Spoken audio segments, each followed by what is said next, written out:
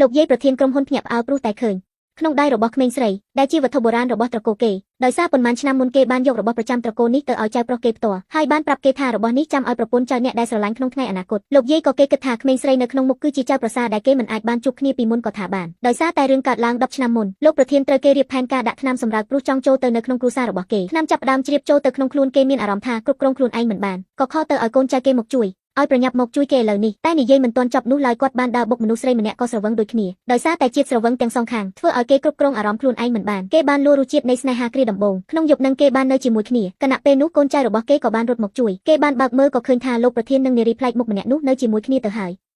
ខ្ញុំមិនបានតាំងចិត្តមកមើលបងថ្លៃនោះទេខ្ញុំមកជួយបងទេបងភ្ញាក់ឡើងបងភ្ញាក់ឡើងបងឡើយកើភ្ញាក់ឡើងបងថ្លៃឲ្យខ្ញុំសុំទោសណាបងថ្លៃខ្ញុំសូមយកបងខ្ញុំទៅឡើងឡានសិនហើយចាំខ្ញុំមកទទួលបងតាមក្រោយគេបានយកលោកប្រធានចេញទៅក្មេងស្រីក៏បានដឹងខ្លួនហើយងើបឡើងមកពេលដែលគេឃើញថាគេអត់សម្លៀកបំពាក់គេក៏ភ្ញាក់ផ្អើលក្នុងខ្លួនគណៈពេលដែលគេកំពុងតែរកខោអាវគេក៏បានឃើញវត្ថុបុរាណរបស់គ្រួសារអ្នកមានហើយនេះក៏ជារបស់តែម្យ៉ាងដែលទូប្រុសរបស់យើងទុកចោលដោយសារតែនៅមួយគ្នាតែថ្ងៃដំបូងគេបានមានផ្ទៃពោះជាមួយម្នាក់ប្រុសនោះហើយដោយសារតែគេគ្មានពុកម៉ែតាំងពីតូចពេកក៏គិតថានឹងមានកូនជាគ្រួសារហើយគេក៏តាំងចិត្តនឹងបង្កើតកូននេះចេញមក10ឆ្នាំកន្លងជាងមកប្រធានក្រុមហ៊ុនបានត្រឡប់ចូលមកប្រទេសវិញថ្ងៃនេះគេបានចូលដល់ប្រទេសវិញហើយគេនៅតាមរកនារីម្នាក់នឹងតែរកមិនបានជួបនោះឡើយ10ឆ្នាំជាងហើយរកមនុស្សម្នាក់រួមមិនឃើញតើរាល់ថ្ងៃនេះធ្វើអ្វីយប់នឹងវាងឹតពិតមែនខ្ញុំមើលមិនឃើញទេមុខមាត់របស់បងថ្លៃនោះទេខាងក្រោយរបស់នាងមានរូបស្លឹកឈើចង់ឲ្យខ្ញុំទៅដើរបើកសម្លៀកបំពាក់គេមើលគ្រប់គ្នាមែនទេរកនាងបន្តទៀតទោះយ៉ាងណាក៏ត្រូវរកនាងអត់ឃើញដែរហើយត្រូវរកវត្ថុបុរាណត្រកូលរបស់យើងយកមកឲ្យខ្ញុំវិញតែខណៈពេលដែលនិយាយគ្នាលោកប្រធានក៏បានទទួលទូរស័ព្ទពីអ្នកមើលការខុសត្រូវប្រាប់ថាលោកយាយបាត់ខ្លួនគេក៏ប្រញាប់ត្រឡប់មកផ្ទះយ៉ាងលឿនលោកប្រុសធំតើមានរឿងអ្វីកើតឡើងរឿងចាស់គ្រប់គ្រងហើយហេតុអ្វីក៏មើលគេមិនបានល្អទៀតមិនបាច់និយាយអ្វីច្រើននោះទេប្រញាប់ដើររកឲ្យខ្ញុំឥឡូវនេះម៉ែកូនត្រឡប់មកពីរៀនវិញហើយ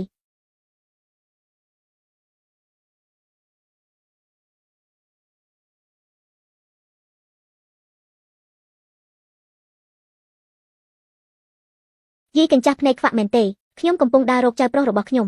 កំពុងដើររកចៅប្រុសរបស់ខ្ញុំពួកអ្នកក៏ប្រញាប់ចេញទៅបើមិនចេញទេខ្ញុំបុកហើយចៅមីងយីងវេតនាងធ្វើដាក់មនុស្សចាស់ដោយរបៀបណាគេរត់ចូលឡានខ្លួនឯងហើយមកបន្ទោសខ្ញុំទៀតវាជាមនុស្សឈួតពិតហើយខ្ញុំមិនបានឈួតទេចៅប្រុសរបស់ខ្ញុំធ្វើការធំណាស់ខ្ញុំមកទទួលគេលោកយាយនៅទីនេះរងាណាស់មកនេះមកពាក់អាវខ្ញុំទៅកុំឲ្យកើតផ្ដាសាយណានេះគឺរបស់សំណាងត្រកូលយើងទុកឲ្យតែគេចៅប្រសាររបស់ត្រកូលយើងតែម្នាក់ទេបើចៅជួបមនុស្សដែលខ្លួនស្រឡាញ់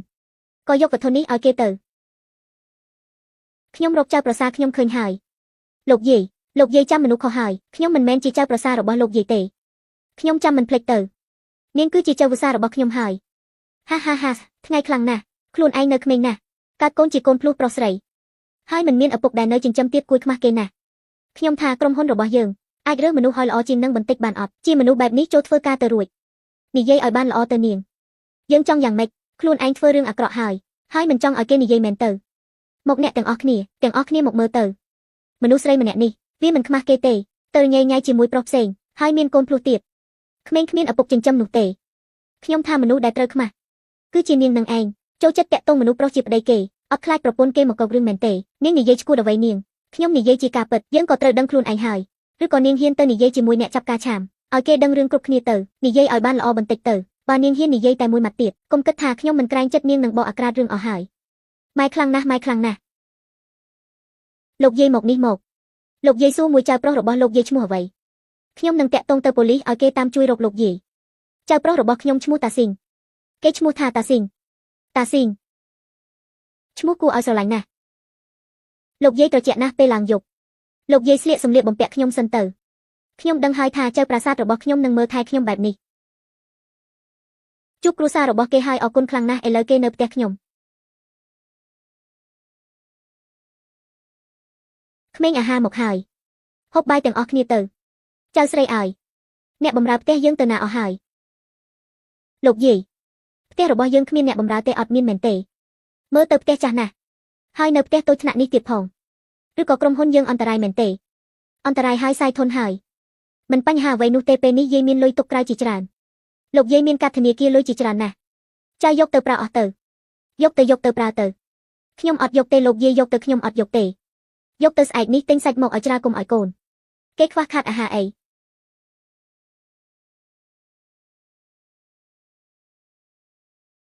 ហេតុអ្វីក៏បរិសម្នាក់នេះមុខដូចជាប្រហាក់ប្រហែលខ្លាំងណាស់តាស៊ីងគឺជាខ្ញុំឯងចូលមកពួកយើងកំពុងតែហូបបាយជាមួយលោកយាយតាស៊ីងហេតុអ្វីទើបមកដល់អង្គុយមកហូបបាយទាំងអស់គ្នាទៅចៅប្រាសាទឹកដៃឆ្ងាញ់ជាងយាយទៀតផងចៅប្រសាអូខេហូបបាយជាមួយគ្នាទៅចាំលោកយាយនិយាយរឿងឲ្យចាំស្ដាប់រឿងវាបែបនេះថ្ងៃហ្នឹងពួកយើងនៅឯស្ពានហើយជួបនឹងនារីម្នាក់គេចិត្តអាក្រក់ណាស់ហាបោកយកលុយរបស់លោកយាយបានទៀតផងនាងជាអ្នកធ្វើការនៅក្រុមហ៊ុនមែនទេពិតមែនហើយខ្ញុំនៅផ្នែកខាងសារជាអ្នកគ្រប់គ្រងបន្តិចបន្តួចខ្ញុំចង់ទៅជួបលោកប្រធានណាស់តែមិនដែលបានជួបមុខគេទេបើសិនជានាងបានជួបគេក៏ជាភ្នាក់ងារក្នុងនឹងដែរខ្ញុំក៏រកគេអត់ឃើញដែរមែនហើយអញ្ចឹងនេះលោកយាយឲ្យខ្ញុំមកលុយប្រាប់រងជីវិត$1 លាន password គឺថ្ងៃកើតរបស់គាត់គេធ្វើឲ្យក្រុមហ៊ុនអន្តរាយនិយាយមិនឲ្យគេគ្រប់គ្រងលុយទៀតទេយាយឲ្យចៅស្រីគ្រប់គ្រងលុយវិញនៅស្រីត្រូវប្រើលុយនេះវិញទៅហើយត្រូវមើលថែចៅប្រុសចៅស្រីរបស់ខ្ញុំយកលុយនេះទុកឲ្យម៉ែប្រាការទៅចៅកុំឲ្យពុករបស់ចៅរកលុយនេះឃើញណាចាស់លោកយាយចាលាក់ទុកឲ្យស្រួលបួរកុំឲ្យពុករកឃើញណាតែលុយនេះតាមនឹងទៅក្នុងនេះគ្មានលុយទេរបស់ខ្លែងខ្លាយទេរឿងថ្ងៃនេះខ្ញុំអរគុណណាស់ពួកយើងសុំទៅផ្ទះសិនហើយរឿងតិចតួចទេលោកយាយពួកយើងចេញទៅផ្ទះទៅគ្រាន់ទីនេះជាផ្ទះរបស់យើងមែនទេហើយស្រីខ្ញុំក៏នៅទីនេះដែរលោកយាយមិនចង់ត្រឡប់ទៅវិញទេលោកយាយពួកយើងមិនបានចោះអាពីពីរស់នៅជាមួយគ្នាមិនបានទេកូនធំអស់ហើយហេតុអ្វីក៏មិនព្រមចោះថាពីពីទៅទៀតជាច្រើនឆ្នាំមកហើយខ្ញុំនៅក្រៅប្រទេសរហូតខ្ញុំទៅធ្វើកូនចៅគេទេខ្ញុំត្រឡប់មកទីនេះព្រោះចង់ចោះពីពីជាមួយគេបែបនឹងស្អែកនេះពួកចៅទៅចោះអាពីពីទៅខ្ញុំចង់រស់នៅជាមួយចៅរបស់ខ្ញុំអត់មានបញ្ហាអ្វីទេលោកយាយចាំស្អែកខ្ញុំនឹងចោះអាពីពីជាមួយនឹងគេហើយឯកសារទាំងអស់នៅក្នុងទីនេះតើលោកប្រុសសម្រាប់ចិត្តនឹងចោះអាពីពីជាមួយគេពិតមែនឬបើមិនចោះអាពីពីយាយរបស់ខ្ញុំគេមិនព្រមញ៉ាំថ្នាំទេខ្ញុំត្រូវធ្វើតាមចិត្តរបស់លោកយាយខ្ញុំត្រូវលាក់ការមួយនេះកុំឲ្យគេដឹងថាយើងជាប្រធានក្រុមហ៊ុនទៅធ្វើឯកសារคล้ายៗទាំងអស់ទៅហេតុអ្វីត្រូវធ្វើបែបនេះមនុស្សស្រីម្នាក់នេះមើលទៅចិត្តខ្មៅណាស់ហ៊ានបោកបញ្ឆោតលុយយាយខ្ញុំប្រាអស់ហើយបើឲ្យគេដឹងថាខ្ញុំជាប្រធានក្រុមហ៊ុននៅទីនេះគេនឹងចង់បានគ្រប់សម្បត្តិខ្ញុំអស់ហើយឬក៏បងត្រូវលាក់បាំងបែបនេះរហូតមែនទេពិតមែនហើយយើងត្រូវធ្វើមនុស្សក្រក្ររហូតទៅមិនបាច់ចាំមានទេទីបំផុតខ្ញុំមានពុកហើយខ្ញុំរៀបការរួចហើយតែមិនដែលស្គាល់មុខគេទេទោះយ៉ាងណាក៏ខ្ញុំបានជួយលោកយាយម្នាក់នោះដែរហើយថែមទាំងឲ្យក្មេងមានពុកមួយផ្លែតមានកូន2នាក់ទៀតផងបែបនេះក៏ល្អហើយខ្ញុំមានកូនដល់តែ2នាក់នេះលោកយើងបានចោះអាពាហ៍ពិពាហ៍តាមសញ្ញាលោកយាយហើយពេលនេះគ្មានអ្នកណាហ៊ាននិយាយថាកូនរបស់ខ្ញុំអត់មានឪពុកនោះទៀតទេខ្ញុំជាពុករបស់គេហើយខ្ញុំសន្យានឹងធ្វើតួនាទីជាពុកល្អបំផុតអរគុណចាខ្ញុំនឹងមើលថែរក្សាយាយរបស់លោកឲ្យល្អឲ្យគេប្រើជីវិតយ៉ាងមានក្តីសុខហើយល្អបំផុតចៅស្រីមានរឿងអ្វីកើតឡើងព្រឹកមិញនេះអាការៈលោកយាយកើតឡើងទៀតហើយគិតថាគ្រួសាររបស់យើងជាមហាសេដ្ឋីនៅក្នុងมืองលួងក៏ចាប់កម្មវិធីចោះអាពាហ៍ពិពាហ៍ជាមួយនាងឲ្យធំចោះរបស់មក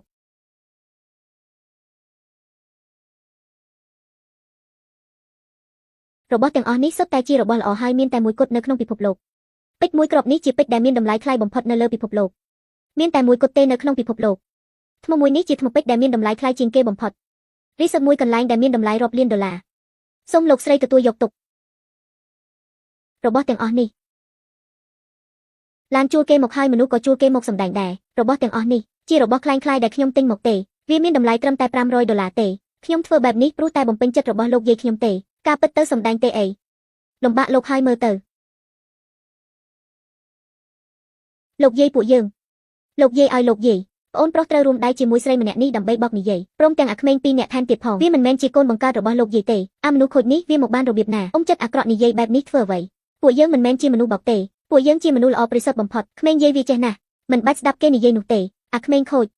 អញហ៊ានណាស់មកនិយាយឲ្យចៅយើងភ័យបើភ្នែកមើលធំទៅណាគេមានសាច់ឈាមនៃត្រកូលរបស់យើងពិតប្រាកដមែនលោកយាយនិយាយវាយខ្ញុំទៀតហើយមនុស្សដូចជាប្អូនប្រុសមានស្រីច្រើនណាស់លោកយាយជួបមនុស្សដែលមានមុខដូចប្អូនប្រុសឬក៏លោកយាយនឹងទទួលទាំងអស់មែនទេរឿងនេះពាក់ព័ន្ធជាមួយក្រុមគ្រួសារតកូលយើងណាលោកយាយធ្វើបែបនេះវាមិនល្អទេឯងនិយាយឈួតអ្វីពេលនេះនោះ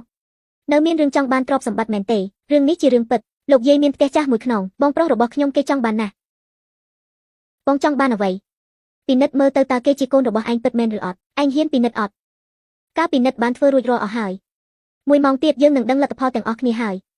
សូមអធិស្ឋានរងចាំបន្តិចទៅ ឬក៏ពួកយើងប្រាប់ការពិតទៅដល់លោកយាយទៅផ្ទះមួយនឹងប្រគល់ឲ្យគេទៅមិនបាច់ចង់បាននោះទេការត្រួតពិនិត្យវាចេញមកឥឡូវហើយផ្ទះមួយនឹងជាផ្ទះរបស់លោកយាយនាងត្រូវជួយកុំឲ្យបងប្រុសខ្ញុំដណ្ដើមយកអីតែលទ្ធផលចេញមកការត្រួតពិនិត្យនឹងដឹងទាំងអស់គ្នាហើយមិនបាច់ភ័យទេមានខ្ញុំនៅទីនេះត្រួតពិនិត្យបានចេញមកហើយយើងបានត្រួតពិនិត្យយ៉ាងច្បាស់ហើយលោកយាយលទ្ធផលបានចេញមកហើយលោកយាយមើលទៅវាជារបស់คล้ายៗទេដែលរួមដៃជាមួយមនុស្សក្រៅម្នាក់នេះហើយថែមយកក្មេងមកបុកលោកយាយទៀតគេចង់បានទ្រព្យសម្បត្តិលោកយាយទាំងអស់ហើយមើលទៅពេលនេះនោះលោកយាយអញ្ជើញមើលទៅតើវាទៅបានដោយរបៀបណាក្មេងពីរនាក់នេះមានសាច់ឈាមជាមួយនឹងគេបានដោយរបៀបណាទៅមនុស្សប្រុសម្នាក់នឹង10ឆ្នាំមុនគឺជាគេវាមិនអាចទៅរួចទេយ៉ាងពិតប្រាកដណាស់ក្មេងពីរនាក់នេះជាកូនប្រុសបង្កើតរបស់ប្អូនប្រុសខ្ញុំដោយរបៀបណាឯងឈប់និយាយទៅឯងចង់ចោទប្អូនប្រុសឯងមែនទេយាយនឹងវាយឯងហើយពេលនេះឯងកុំរត់ទៅណាអាក្មេងខូច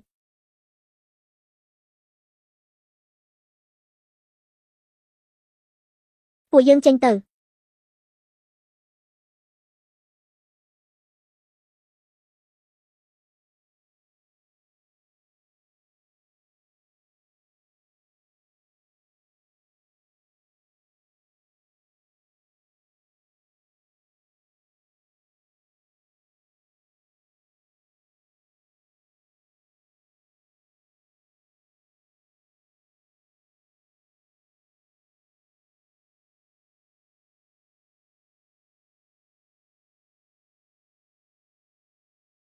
លោក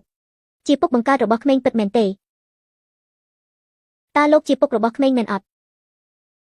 សុំទោសណាដែលមិនបានសុំដល់នាងហើយយកកូនរបស់នាងធ្វើជាកូនខ្លួនឯងការពិតទៅខ្ញុំបានកែបញ្ហាត្រួតពិនិត្យអស់ហើយមិនថាលោកប្រើវិធីណាក៏ដោយត្រូវផ្លាស់ប្ដូរការត្រួត DNA ឲ្យខ្ញុំបាត់លោកប្រុស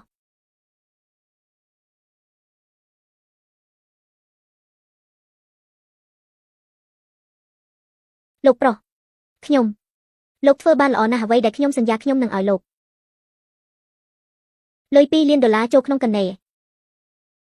ការពិតទៅការត្រួត DNA ខ្ញុំមិនទាន់ផ្លាស់ប្ដូរផងនឹងមើលទៅពិបាកដល់លៀងហើយខ្ញុំមិនអីនោះទេលោកយាយកុំវាយខ្ញុំអីកុំដេញវាយខ្ញុំទៀតអីលោកយាយដេញវាយទៅចៅសប្បាយណាស់លោកយាយគិតថាពីរអ្នកឯងនឹងទៅណាបាត់ហើយការពិតទៅមកនៅទីនេះដូចយាយដែរតើកំពុងចង់បានកូនមួយទៀតមែនទេលោកយាយខ្ញុំមិនបានគិតទេម៉ែអៀនហើយម៉ែអៀនគេហើយពួកកូនពីរនាក់កុំនិយាយអ្វីផ្ដេសផ្ដាសលោកយាយយកខ្លាំងហើយខ្ញុំជូនគេទៅផ្ទះសិនចាំថ្ងៃក្រោយខ្ញុំមកមើលលោកយាយទៀតចាំខ្ញុំជូនទៅឈប់សិនអាក្មេងឯងធ្វើបាបចៅប្រសារយើងមែនទេខ្ញុំមិនបានធ្វើទេនិយាយគេមិនធ្វើបាបខ្ញុំទេទោះពួកយើងយល់ព្រមចប់ពីពីហើយឯងត្រូវតែនៅជាមួយគ្នាខ្ញុំមិនព្រមឪពុកនិងម៉ែបែកគ្នាទេថាមនុស្សកេងបែកគ្នាមានតែមនុស្សដែលមិនស្គាល់គ្នាទេ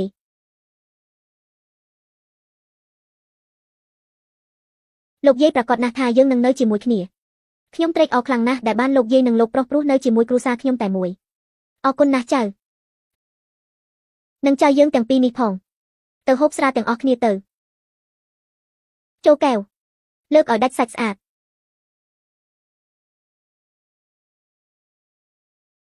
ហូបបាយទៅថ្ងៃនេះលោកយាយសប្បាយចិត្តខ្លាំងណាស់មកកូនសម្លាញ់ហូបទៅហូបឲ្យបានច្រើនទៅមកហូបបន្តទៀតទៅយើងសប្បាយចិត្តណាស់ថ្ងៃនេះ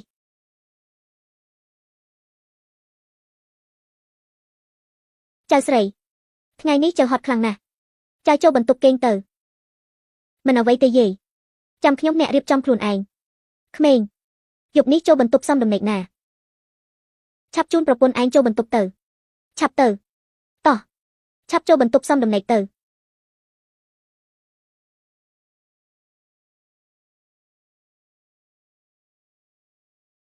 លោកយាយហេតុអ្វីលោកយាយត្រូវឃុំពុកហើយម៉ែនៅខាងក្នុងក៏ព្រោះតែគេបែកគ្នាជាយូរឆ្នាំហើយចង់បានចៅថែមទៀតផ្មែនឹងបង្កើតកូនមកទៀតមែននឹងឲ្យប្អូនប្រុសប្អូនស្រីដល់យើងទៀតហើយមើលទៅល្អខ្លាំងណាស់ពួកយើងចង់មានប្អូនប្រុសប្អូនស្រីថែមទៀតពុកម៉ែយប់នេះគេនឹងមានប្អូនឲ្យកូនក្មេងទៀតហើយការផ្សំដំឡេងមួយនេះវាដូចជាខានយូរហើយនាងមានប្តីហើយឬនៅ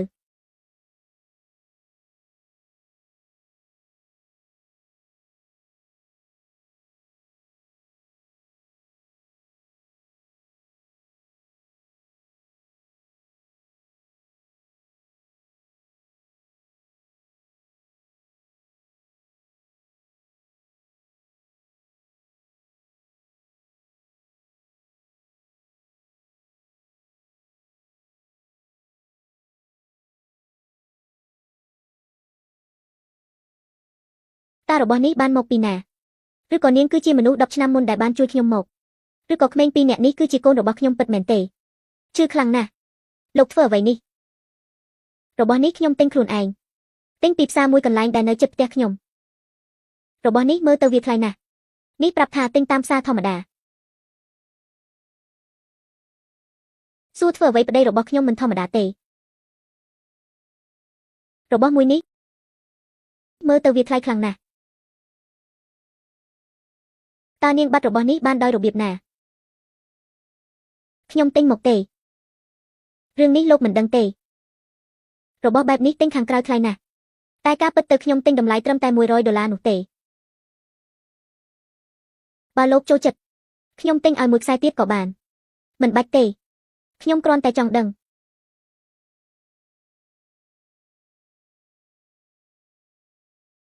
លោកចង់ទៅណាលោកមិនគេងមែនទេ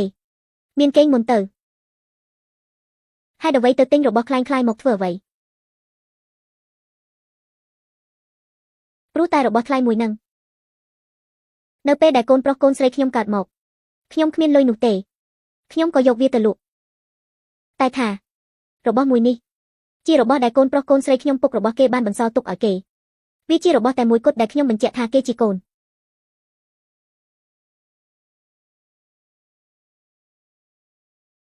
មិញនឹងខ្ញុំស្ដាប់មិនទាន់តើនាងនិយាយអ្វីទៅអត់ទេខ្ញុំមិនបាននិយាយអ្វីទេមើលទៅគេមិនចង់ស្ដាប់រឿងខ្ញុំនិងកូនរបស់ខ្ញុំនោះទេ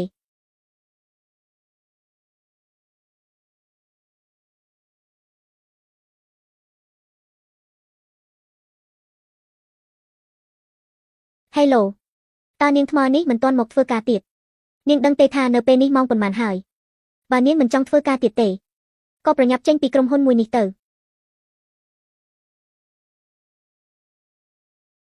Vivoហើយទៅយឺតពេកហើយ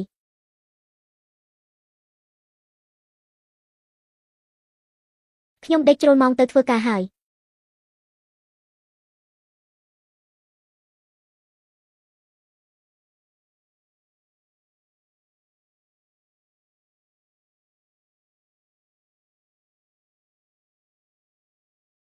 ចៅប្រសាឲ្យយឺតក៏យឺតទៅកុំប្រញាប់ទៅធ្វើអ្វីម្ហូបបាយសិនទៅហូបឲ្យបានច្រើនអាងមានកម្លាំងទៅធ្វើការនិយាយដឹងថាយប់មិញចៅធ្វើអីហើយម៉ែយប់មិញម៉ែមានធ្វើអីអត់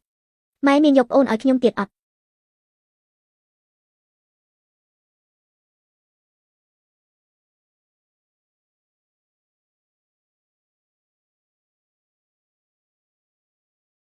ខ្ញុំប្រញាប់ទៅធ្វើការហើយខ្ញុំត្រូវតែធ្វើការពួកគេទាំងពីរនាក់នេះមិនដឹងតើធ្វើអ្វីទេយប់មិញហ្នឹងសង្ស័យតែបានហើយមើលទៅលោកយាយចាំខ្ញុំថាលោកយាយជំនួសពុកម៉ែខ្ញុំថាលោកយាយរហូតចៅឆ្លាតរបស់យាយចៅពិតជាគួរឲ្យស្រឡាញ់ខ្លាំងណាស់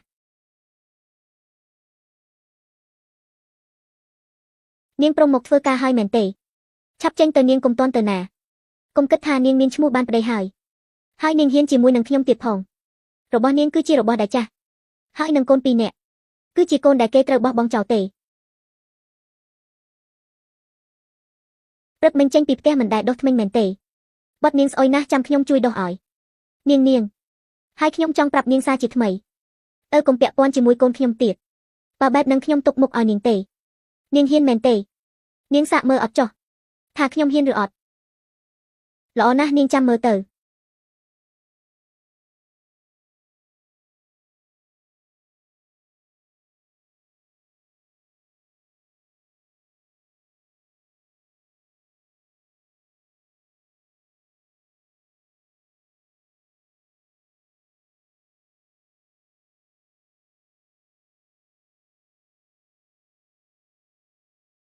មេធំខ្ញុំធ្វើឲ្យបងមានក្តីសុខណាស់បងត្រូវជួយមើលថែអូនផងមីក្មេងស្រីម្នាក់នោះវាធ្វើបាបខ្ញុំហើយនាងមកធ្វើការយូរទៀតផងនាងពិតជាអាក្រក់ណាស់មានកូនដ៏អាក្រក់ហើយមកវាយខ្ញុំទៀតខ្ញុំបានឮថាគេបានរៀបការហើយមែនទេគេរៀបការជាមួយភ្នាក់ងារក្រុមហ៊ុនយើងភ្នាក់ងារដែលតូចទាបបំផុតតើបងជួយខ្ញុំបានអត់បងអាចនឹងជួយបានបើអូនចង់បានចាំបងជួយអូនអាចធ្វើអ្វីបានទាំងអស់ទុកចិត្តបងទៅអូនអាចទៅរករឿងគេបាន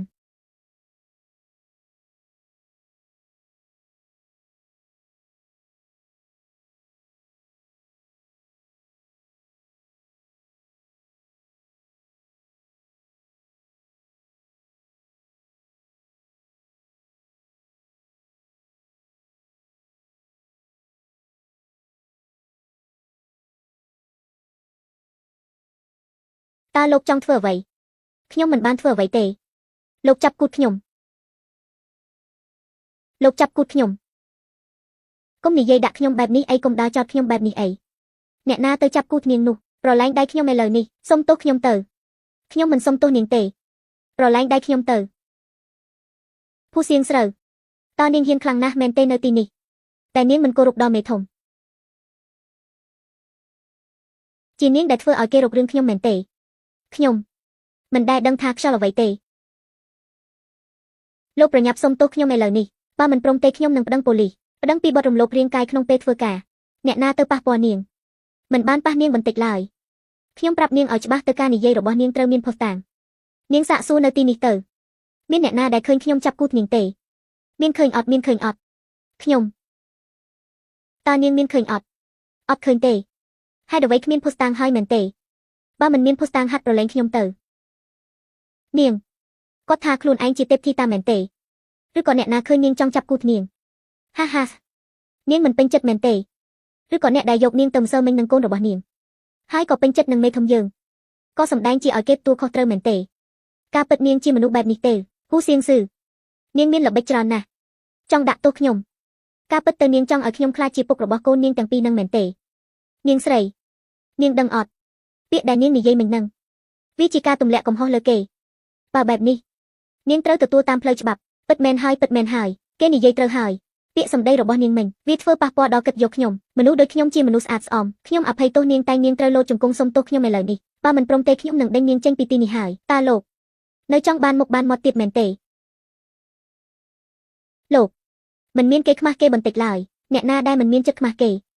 នេះជាការដែលនាងសុំទោសខ្ញុំត្រូវហើយម្យ៉ាងទៀតនាងនៅហ៊ាននិយាយថាខ្ញុំមិនមានមុខគេខ្មាស់ដាក់នាងថែមទៀតផងអ្នកណាជាមនុស្សស្រីដែលមិនមានប្តីហើយមានកូនដល់តែ2នាក់អ្នកនឹងហើយគឺជាមនុស្សជានាងខ្ញុំបានដឹងរឿងរ៉ាវរបស់នាងទាំងអស់ហើយក្មេងដែលមិនមានឪពុកម្ដាយហើយរាល់ថ្ងៃនាងខំធ្វើខ្លួនយ៉ាងស្អាតណាស់ខ្ញុំគិតថានាងកំពុងតែគិតវិធីដើរចាប់មនុស្សប្រុសភូសៀងស្រូវនាងគ្រាន់តែសុំទោសបងមីងទៅចប់រឿងហើយខ្ញុំដឹងហើយនាងនឹងអាចឲ្យកូនរបស់នាងតែមានពុកហើយនឹងគេតែនាងនឹងបងមីងវាមិនស័ក្តិសមគ្នាទេណាហាមិនមើលខ្លួនឯងផងថាខ្លួនឯងជាអ្នកណានៅហ៊ានថាលោកប្រុសចង់ចាប់នាងទៀត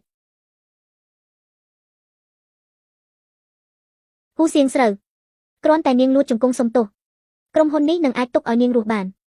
នាងមិនចង់បាត់បង់ការងារមែនទេនាងត្រូវមានកូនដែលត្រូវមើលថែការពិតទៅគឺជាមនុស្សដែលថោកទាបទេសុំទោសប្រធានទៅឆាប់សុំទោសប្រធានមីងទៅខ្ញុំមិនបានធ្វើទេគេធ្វើបាបខ្ញុំទេសុំទោសទៅមិនបាច់និយាយអ្វីច្រើនទេបានហើយ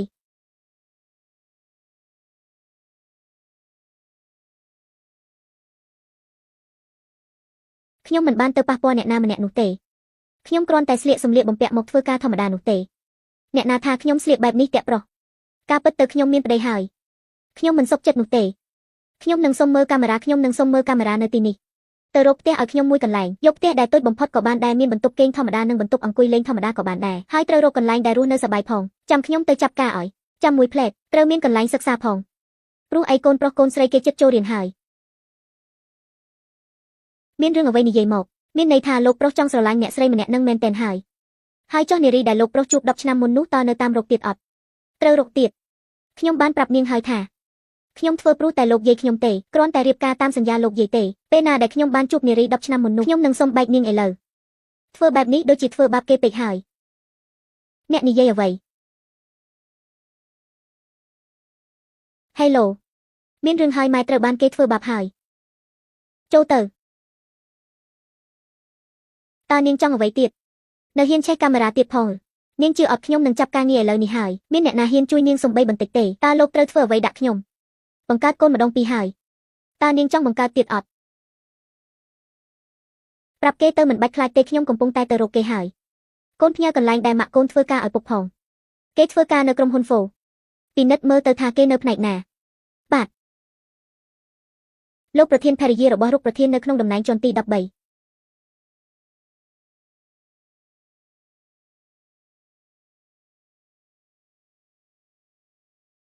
មានអារម្មណ៍ខ្លាំងណាស់ឲ្យខ្ញុំថាប់បន្តិចទៅ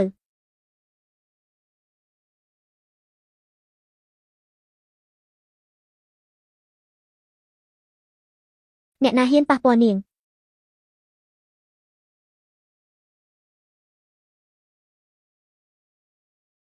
អាចឈួតឯងជាអ្នកណាចង់ធ្វើអ្វីដាក់ខ្ញុំលោកហ៊ានណាស់ហ៊ានមកវាយខ្ញុំទីនេះជាក្រុមហ៊ុន Fortune អត់ថាខ្ញុំនឹងធ្វើឲ្យលោករស់នៅពិបាកមួយជីវិតខ្ញុំត្រូវសួរលោកថាលោកជាអ្នកណាហ៊ានខ្លាំងណាស់ដែលហ៊ានប៉ះពាល់ភរិយារបស់ខ្ញុំលោកចង់មានជីវិតរស់ទៀតអត់ឬក៏ឈប់ត្រឹមនឹងការពិតទៅជាប្តីរបស់វាទេ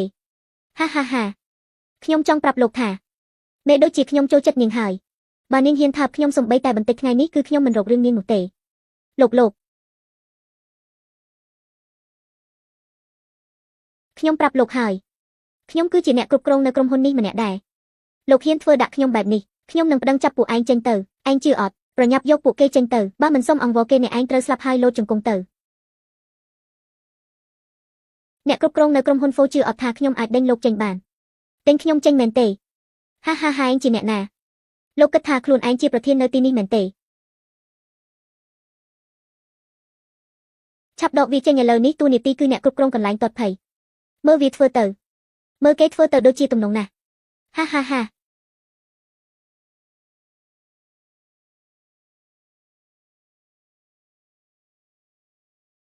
បងមីងបងត្រូវបានបញ្ឈប់ចេញហើយអ្នកគ្រប់គ្រងនៅកន្លែងធានាខុសត្រូវបានដកចេញឥឡូវនេះដោយសារមានរឿងបន្តិចបន្តួចប៉ះពាល់ទៅដល់អ្នកធំពេលនេះសូមដកខ្លួនជាបន្ទាន់ហើយមិនត្រូវធ្វើការនៅក្រុមហ៊ុននេះទៀតទេនេះកើតឡើងដោយរបៀបណា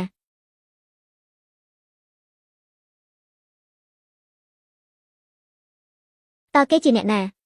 ហើយអ្នកចាប់ការប្រធានធំមកដល់ទីនេះដោយរបៀបណាឆាប់យកពួកអស់នេះចេញទៅទាំងអស់ខ្ញុំចង់ដឹងថាអ្នកណាហ៊ានដេញខ្ញុំចេញខ្ញុំជាអ្នកគ្រប់គ្រងនៅកន្លែងនេះដែរបើមិនមានពាក្យសម្ដីចេញពីប្រធានពួកឯងគ្មានសិទ្ធិមកប៉ះពាល់ខ្ញុំទេពិតមែនហើយឆាប់ដេញវាចេញទៅទាំងអស់នៅមើលអ្វីទៀតប្រញាប់ចេញទៅធ្វើការអស់ទៅ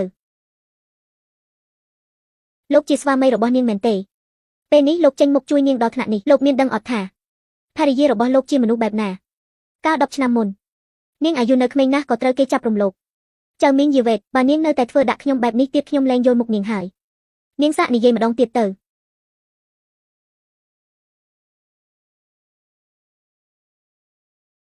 លែងមានរឿងកើតឡើងហើយ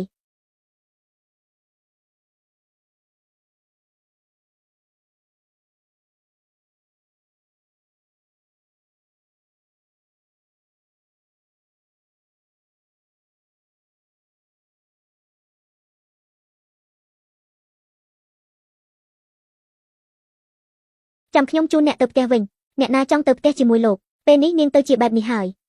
ទីនេះមិនបានទៀតទេខ្ញុំត្រូវទៅធ្វើការទៀតម្សិលមិញព្រោះតែទៅរៀបការជាមួយលោកខ្ញុំបានឈប់សម្រាកមួយថ្ងៃហើយថ្ងៃនេះខ្ញុំសុំឈប់មិនបានទៀតទេបើសុំឈប់ទៀតគេនឹងកាត់ប្រាក់ខែមុខទៀតហើយខ្ញុំគ្មានលុយទេតើនៅក្នុងក្រុមហ៊ុននេះឲ្យលុយនាងប៉ុន្មានទៅនាងមិនអាចឈប់បានក្នុងក្រុមហ៊ុននេះជាក្រុមហ៊ុនដ៏ធំបើយើងមិនឈប់ធ្វើការល្អគេថែម$100ពិតមែនអត់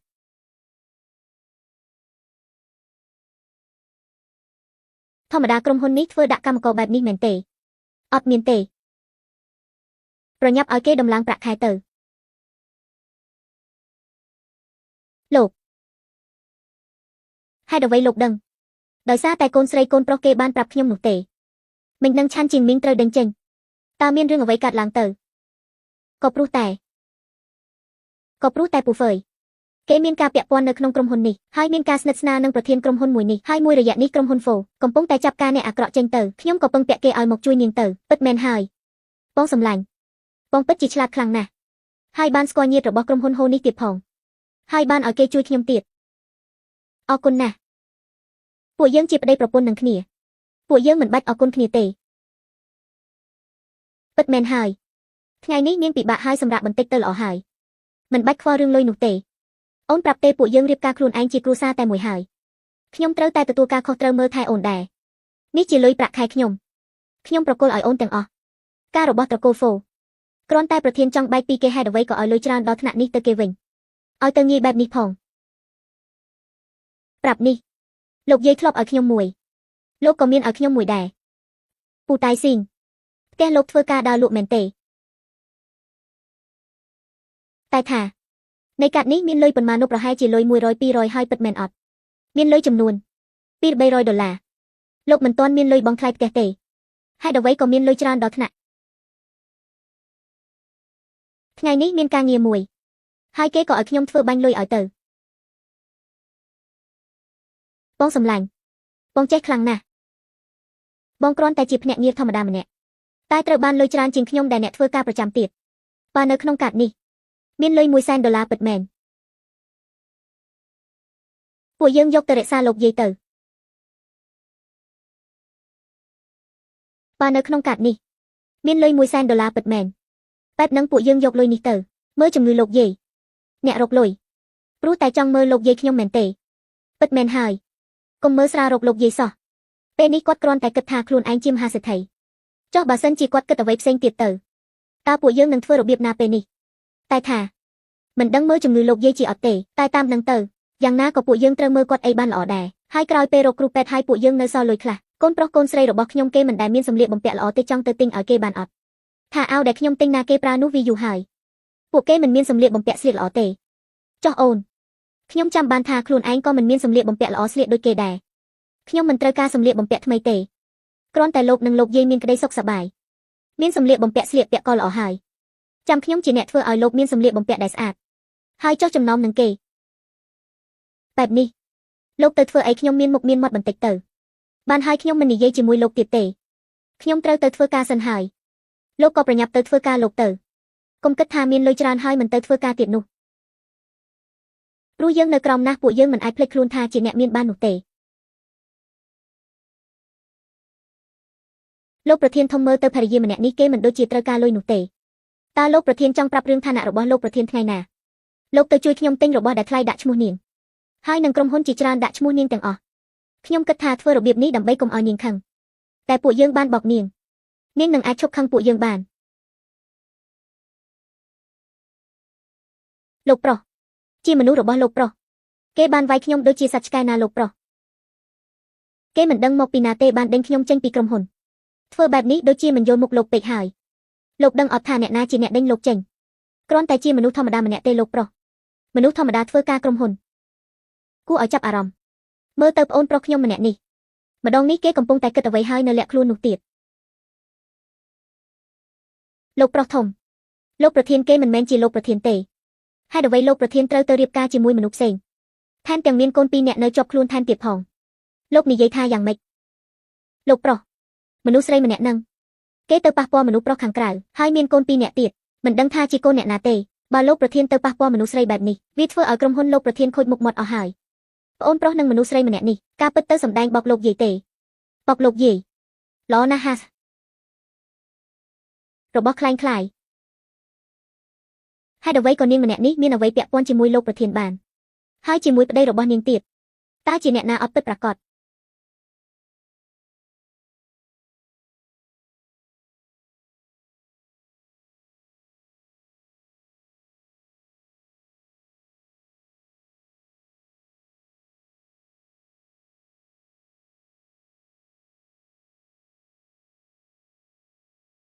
ស្វាមីដែលនាងបានរៀបការគឺជាមហាសេដ្ឋីហើយនឹងក្រុមហ៊ុនរបស់ពួកយើងមែនទេពូជីនសឺន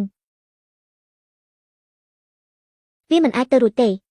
ប្តីរបស់នាងមិនមែនជាមនុស្សធម្មតានោះទេហេតុអ្វីទៅជាប្រធានក្រុមហ៊ុនឬក៏នាងមិនដឹងថាប្តីរបស់នាងមានឋានៈជាអ្វីពិតប្រាកដលោកប្រធានមនុស្សស្រីដែលលោកប្រធានរកមិនទាន់បានដំណឹងទេព្រោះតែអ្វីដែលយើងបាត់បង់ទៅលោកបានបន្សល់ទុកតែរបស់មួយនៅជាប់ខ្លួននាងទេត្រូវតាមរកនាងទៀតយ៉ាងណាក៏ត្រូវរកឲ្យឃើញបាទលោកប្រុសមនុស្សស្រី10ឆ្នាំមុនឬក៏មនុស្សស្រីដែលគេងជាមួយគេនោះ10ឆ្នាំគឺជាវាហើយរបស់ចំណាំ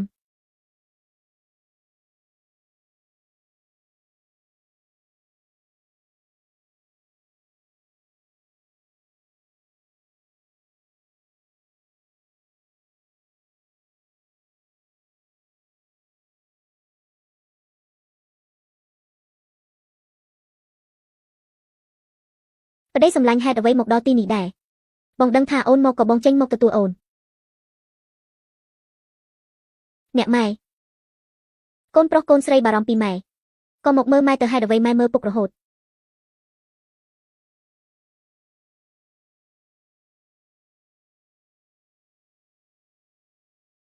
នេះលោកអ៊ំម្នាក់នេះគាត់បើកឡានខុសផ្លូវហើយផ្លូវនេះមិនមែនទៅផ្ទះយើងទេ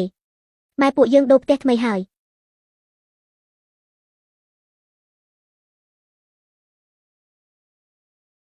ផ្ទះមួយនេះពិតជាស្អាតខ្លាំងណាស់ផ្ទះធំខ្លាំងណាស់ចូលចិត្តអត់ខ្ញុំចូលចិត្តណាស់ តែថាហេតុអ្វីពួកយើងត្រូវដូរផ្ទះក៏ព្រោះតែលោកពុកខ្លាចម៉ាក់ឡើងចិន្តារាល់ថ្ងៃទៅហត់លោកយាយប្រាប់ថាមិនចង់ឲ្យម៉ែហត់នោះទេក៏ព្រោះតែរឿងនេះហើយខ្ញុំរៀបចំព្រោះតែពេលយប់ទេ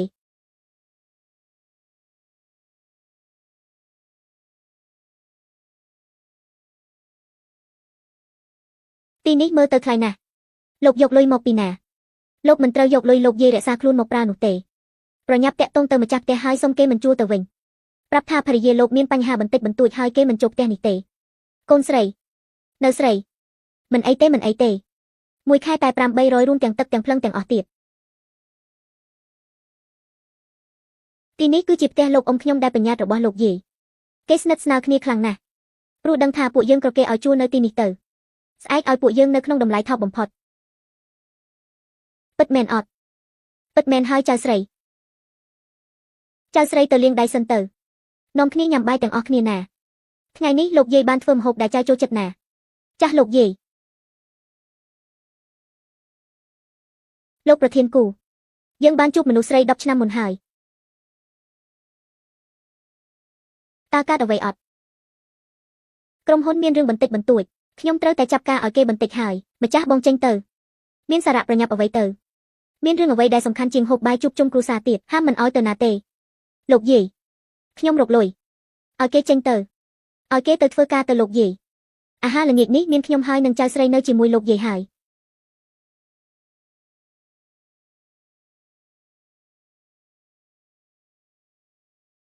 បងដល់ក្រុមហ៊ុននៅខាងក្រៅភ្លៀងធ្លាក់ខ្លាំងណាស់ប្រយ័ត្នផ្ដាសាយណាបងមិនអីទេលោកប្រធានអ្នកនឹងគឺជានាងដែល10ឆ្នាំមុន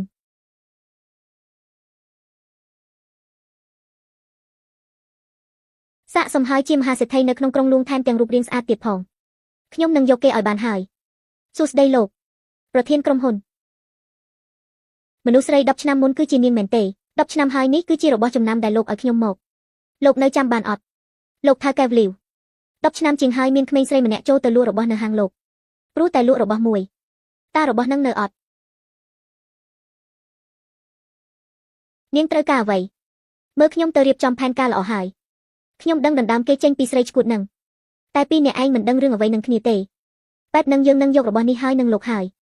ការពិតទៅខ្ញុំជាមនុស្សបុរាណណាស់យប់នឹងសម្រាប់ខ្ញុំវាជារឿងធ្ងន់ធ្ងរណាស់សម្រាប់ខ្ញុំវាជាសុបិនអាក្រក់សម្រាប់ខ្ញុំគិតក្នុងខ្លួនហេតុអ្វីក៏ខ្ញុំត្រូវជួបរឿងបែបនេះហេតុអ្វីទៅជាខ្ញុំអ្នកនាងលោកប្រធានខ្ញុំប្រាប់ថាតើនាងស្នើចង់បានអ្វីកូនអ្នកនាងនិយាយមកសុំអ្វីក៏បានមែនទេ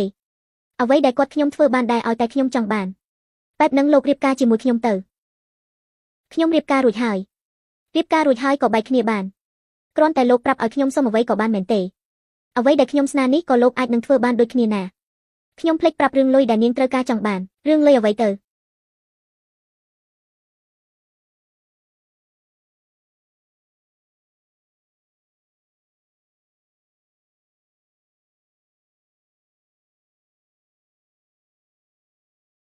លុយនោះគឺជាអ្វីគ្រប់យ៉ាងទាំងអស់គឺមិនពាក់ព័ន្ធជាមួយនឹងភរិយាខ្ញុំទេអ្វីដែលនាងនិយាយមិញហ្នឹងគឺពាក់ព័ន្ធជាមួយគេហើយបើមិនធ្វើតាមខ្ញុំនោះទេខ្ញុំមិនទទួលខុសត្រូវឡើយនេះជាអ្វីដែលលោកឲ្យខ្ញុំប្រើលុយរាប់លានដុល្លារខ្ញុំត្រូវយកវាហើយខ្ញុំធ្លាប់ប្រាប់ហើយអ្វីដែលមិនមែនជារបស់នាងសូមកុំពាក់ព័ន្ធជាដាច់ខាត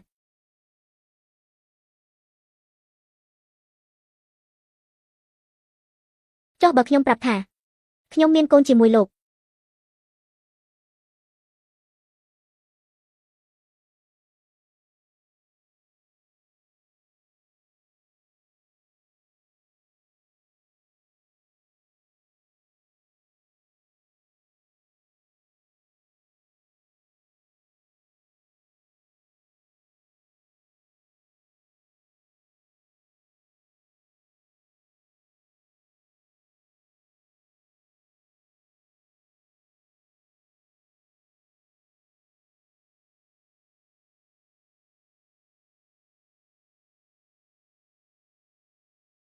ត្រឡប់មកវិញហើយមែនទេ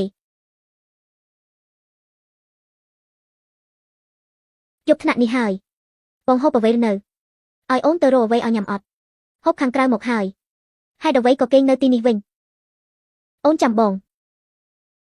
មែនទេពិតមែនហើយ ការជាប្តីប្រពន្ធគេត្រូវធ្វើបែបនេះមែនទេបើបងធ្វើការហួសពេលវេលាអូននឹងអង្គុយចាំបងនៅទីនេះ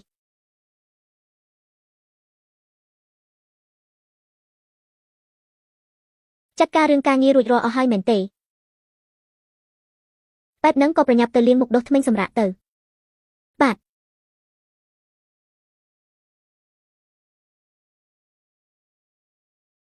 ឈប់សិនថ្ងៃនេះបងមើលទៅប្លែកណាស់មានរឿងអ្វីមែនទេខ្ញុំបងហាមកុហកខ្ញុំណាបងក៏ដឹងខ្ញុំស្អប់បំផុតមនុស្សដែលកុហកខ្ញុំលោកប្រធានគូពេលនេះលោកប្រធានទៅធ្វើយ៉ាងណាលោកស្រីគេប្រាប់ថាមិនចូលចិត្តអ្នកដែលកុហកគេបំផុតមកដល់ពេលនេះហើយលោកប្រុសមានរឿងកុហកគេជាច្រើនដងហើយរឿងមួយគឺអ្នកបាំងឋានៈខ្លួន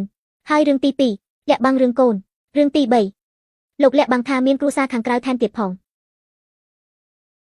បើលោកមិននិយាយគ្មានអ្នកណាដឹងថាលោកចេះនោះទេលោកគូមនុស្សស្រីម្នាក់ហ្នឹងបើលោកមិនត្រូវការធានាខុសត្រូវយើងក៏ចាប់ការបានដែរតែកូនលោកយ៉ាងណាក៏ជាសាច់ឈាមត្រកូលលោកដែរបើក្មេងម្នាក់ហ្នឹងជាកូនរបស់ខ្ញុំពិតមែនខ្ញុំនៅទទួលខុសត្រូវយ៉ាងពិតប្រាកដរឿងអីផ្សេងខ្ញុំមិនអនុញ្ញាតឲ្យអ្នកណាមកធ្វើបាបគ្រួសាររបស់ខ្ញុំទេអូថ្លៃណាស់ទីបំផុតខ្ញុំបានឃើញកាបូបដ៏តម្លៃថ្លៃហើយវាពិតជាស្អាតខ្លាំងណាស់ខ្ញុំបានឮថាកាបូបមួយនេះត្រូវមានលុយរាប់លានដុល្លារទើបមានសិទ្ធិនឹងអាចទិញវាបានពិតមែនហើយមីងយាយវេតហេតុអ្វីនាងមានដល់ថ្នាក់នេះវាប្រកាសថាសង្សាររបស់ខ្ញុំគេទិញឲ្យខ្ញុំគេជាប្រធានក្រុមហ៊ុនដ៏ធំហើយពួកយើងជួបគ្នា10ឆ្នាំមុនហើយក៏បែកគ្នាព្រោះតែយល់ច្រឡំគេតាមរកខ្ញុំមករហូតគេចូលចិត្តខ្ញុំណាស់ភូសៀងស៊ឺនាងស្ដាប់ហើយមែនទេនាងមិនមានអ្វីនិយាយជាមួយខ្ញុំមែនទេចូលរួមត្រេកអរផងភូសៀងស៊ឺនាងដែលធ្លាប់ឬពាក្យម្យ៉ាងអត់មនុស្សប្រុសម្នាក់គេនៅទីណាក្តីស្រឡាញ់ក៏នៅទីនោះដែរកុំបន្ទោសខ្ញុំថាមិនបានប្រាប់នាងមនុស្សដែលនាងកេងជាមួយពេលខ្លះពួកគេក៏មិនស្រឡាញ់នាងក៏ថាបាននាងបានកាត់នេះមកពីណាសង្សាររបស់ខ្ញុំគឺជាអ្នកឲ្យខ្ញុំនោះទេនាងធ្លាប់ឃើញកាត់នេះអត់នេះគឺជាកាត់ដែលមានលុយលំដាប់ពិភពលោកហើយនៃមនុស្សក៏ដូចជាគេម្នាក់នេះសំបីតែឃើញក៏គ្មានឱកាសបាននឹងជួបផងកាត់ក៏មានដូចគ្នាដែរកាត់របស់គេម្នាក់នេះដូចជាការរបស់តៃស៊ីងហើយអ្វីក៏ដូចនាងដែរយកមកនេះសុំទោសខ្ញុំមើលច្រឡំ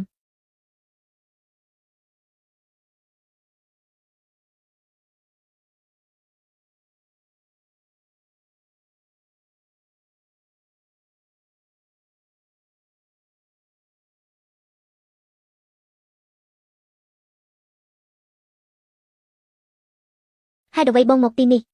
លោកយាយបារម្ភពីអូនខ្លាចថាអូនមិនបានម្ហូបបាយដូចគេបែបនេះយាយឲ្យខ្ញុំយកអាហារឲ្យអូនឲ្យលោកយាយបារម្ភពីខ្ញុំហើយ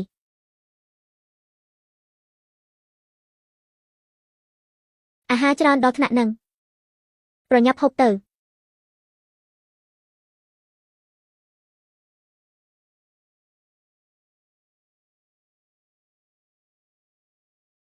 មានបញ្ហាអ្វីហូបមិនឆ្ងាញ់មែនទេអត់ទេបើមិនចូលចិត្តមិនបាច់ហូបទេបងចោះអូនទៅហូបខាងក្រៅខ្ញុំមិនថាអត់ឆ្ងាញ់ទេ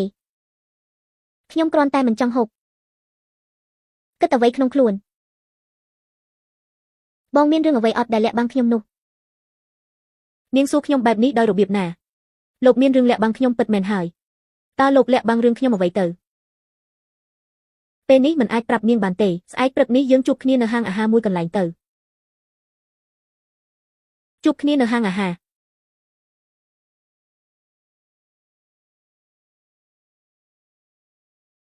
តើគេនៅទីណាទៅហើយអ្វីខ្ញុំរកគេមិនឃើញម៉ែចាស់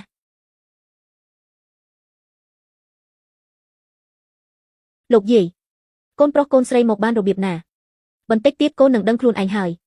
ប្រញាប់ទៅតាមពួកយើងដើម្បីផ្លាស់ប្ដូរសម្លៀកបំពាក់ទៅតើពួកគេចង់ធ្វើអ្វីទៅម៉ែកុំគិតអីច្រើនទៅផ្លាស់ប្ដូរសម្លៀកបំពាក់ជាមួយនឹងកូនតើនេះគឺជាសម្លៀកបំពាក់អ្វីម៉ែថ្ងៃនេះលោកពុកសុំម៉ែរៀបការណា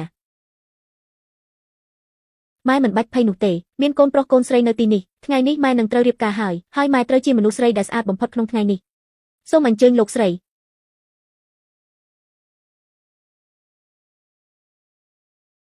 លោកប្រុសយប់នេះលោកប្រុសសូមគេរៀបការពិតមែនដែរឬទេខ្ញុំប្រាប់លោកហើយបើលោកហ៊ាននិយាយអ្វីផ្ដេសផ្ដាសឲ្យខូចការងាររបស់ខ្ញុំសូមត្រឡប់ទៅផ្ទះវិញទៅ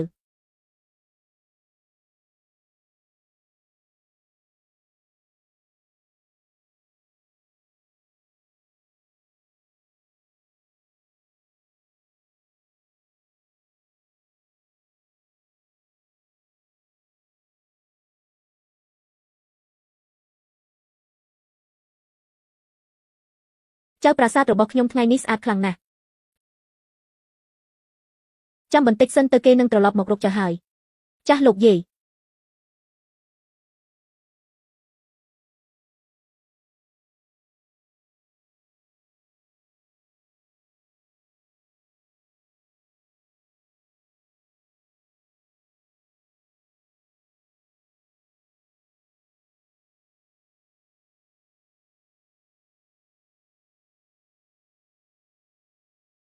លោកប្រញាប់មកឥឡូវនេះកូនរបស់លោកគេកើតរឿងហើយខ្ញុំដឹងលោកមិនចង់ទទួលខុសត្រូវលើខ្ញុំទេតែគេគឺជាកូនរបស់លោកណាតើលោកទ្រាំមើលគេមានបញ្ហាដោយរបៀបណា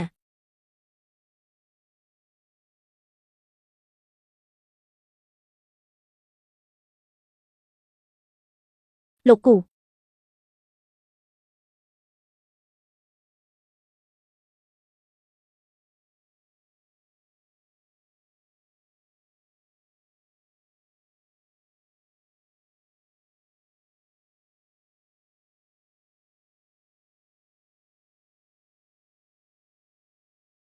លោកយាយពួកយើងធ្លាប់ទៅវិញទៅមើលទៅគេសង្ស័យតែមានធរៈមានរឿងអ្វីម្យ៉ាងហើយមានធរៈអ្វីសំខាន់ជារឿងរៀបការមួយនេះទៀតតើគេកំពុងគិតអ្វីក្មេងប្រុសម្នាក់នេះដល់គេត្រឡប់មកវិញខ្ញុំនឹងប្រដៅគេហើយចៅស្រី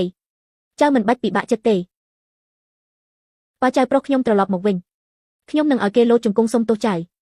ហើយចាំចាប់ការរឿងរៀបការម្ដងទៀតចាស់លោកយាយ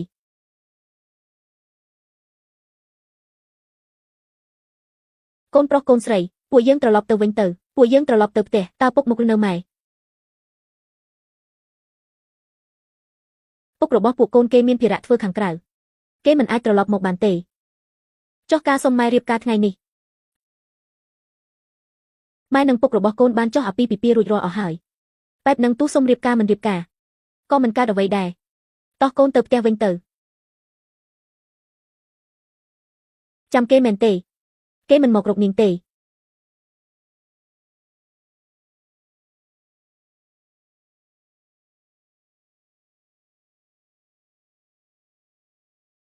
ចៅស្រីទៅណា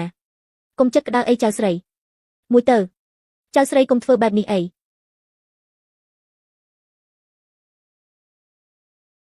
បងថ្លៃមកបានរបៀបណាខ្ញុំមកមិនបានមែនទេ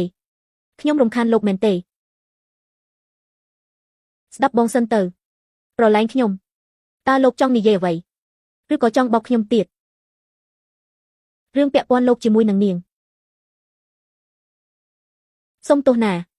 ខ្ញុំមានធរៈប្រញាប់ត្រូវចាប់ការពេលនេះពួកយើងចាប់គ្នាអស់ហើយអ្វីខ្ញុំខុសគឺខុសពួកយើងមកត្រឡប់មកវិញទៅគ្រាន់តែលោកមានអ្នកធ្វើការមែនទេ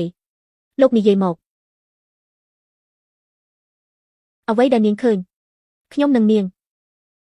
មានកូនជាមួយគ្នាអាចជាងល្អឯងនេះខូចណាស់លោកយាយមិនមែនយ៉ាងនេះទេពុកចោះកូនវិញមិនមែនជាកូនបង្កើតរបស់ពុកមែនទេ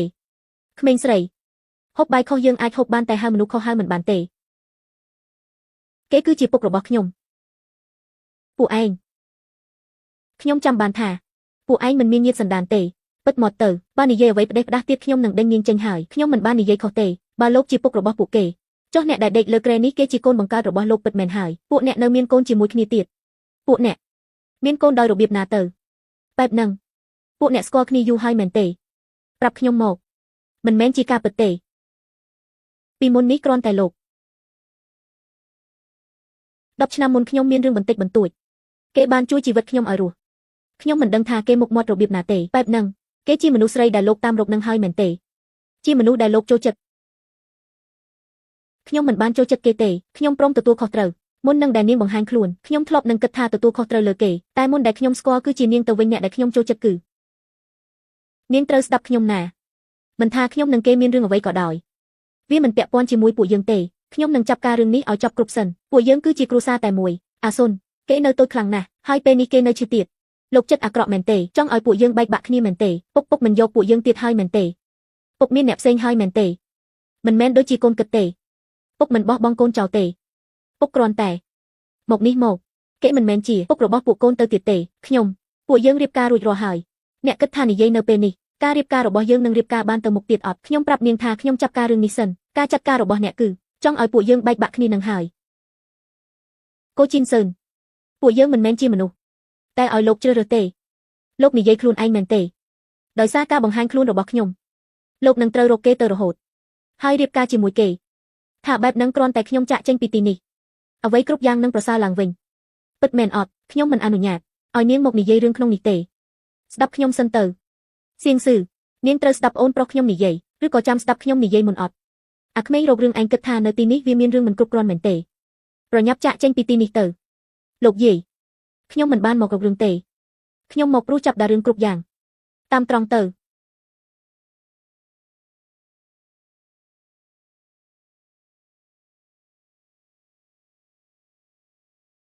គូមីងអាំង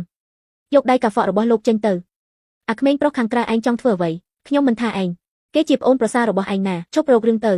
លោកយាយទាំងអស់នេះជាចៅប្រុសលោកយាយកុហកលោកយាយទេគេនឹងសៀងឈឺមិនបានជាពាក់ព័ន្ធអ្វីនឹងគ្នាទេពួកគេបានបោកលោកយាយធ្វើជាប្តីប្រពន្ធកូនប្រុសកូនស្រីនេះក៏មិនមែនជាកូនរបស់គេដែរតែជាកូនរបស់ខ្ញុំឯងនិយាយអ្វីគេជាមនុស្សស្រីរបស់ប្អូនប្រុសខ្ញុំគេម្នាក់នេះជាមនុស្សស្រីរបស់ខ្ញុំលោកនិយាយអ្វីយប់នឹង10ឆ្នាំមុននាងចង់ណាស់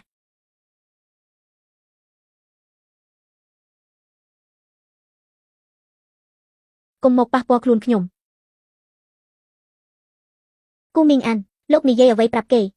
ប្អូនប្រុសអូនចង់ដឹងខ្លាំងណាស់មែនទេ